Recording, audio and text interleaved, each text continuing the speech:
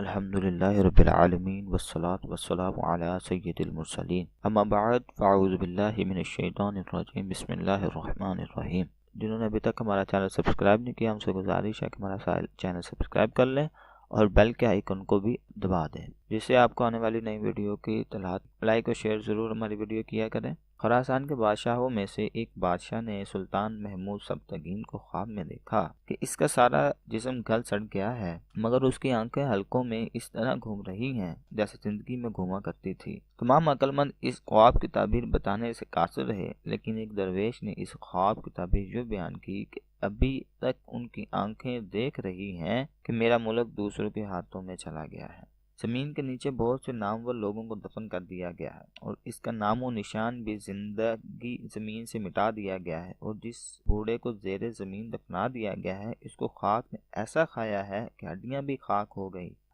شیرواں بادشاہ انصاف کی وجہ سے زندہ ہے، اگرچہ اس کو فوت ہوئے بہت زمانہ گزر گیا ہے۔ اے بندے، اپنی زندگی کو غنیمت جان اور کوئی نیکی کر جا سے پہلے کہ اعلان ہو جائے فلاں حضرات فلاں بندہ قضاء الہی سے انتقال ہو گیا ہے۔ اس حقائق سے سبق ہمیں ملتا ہے، فانی دنیا سے ہر ایک نے آخر کار جانا ہے اور دنیا کا مال حکومت یہی پہ دھرے کا دھرا رہ جائے گا۔ انسان کو جتنی مہلت دی گئی ہے اس میں زیادہ سے زیادہ نیک اعمال کرنے چاہیے، کیونکہ نیک اعمال کے سبب سے اس کا نام زندہ رہے گا اور لوگ اس کے نیک اعمال کی وجہ سے اس کو اچھے لفظوں سے یاد کریں گے اور اس کے لیے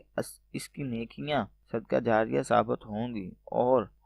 مخلوق خدا اس کے لیے دعائیں خیر کرتی رہے گی۔ عمر ایک دن ہوگی 100 سال گزر جانی ہے، دوش پہ کمبل ہو یا پھر شال گزر جانی ہے، گھر امیروں کی باقبال گزر جانی ہے، ہم غریبوں کی بہرحال گزر جانی ہے۔ پھر جن دوستوں نے ابھی تک ہمارا چینل سبسکرائب نہیں کیا ان سے گزارش ہے کہ ہمارا چینل سبسکرائب کریں، لائک شیئر اور کمنٹ ضرور کریں، ہمیں اپنی آراء سے ضرور آگاہ کریں۔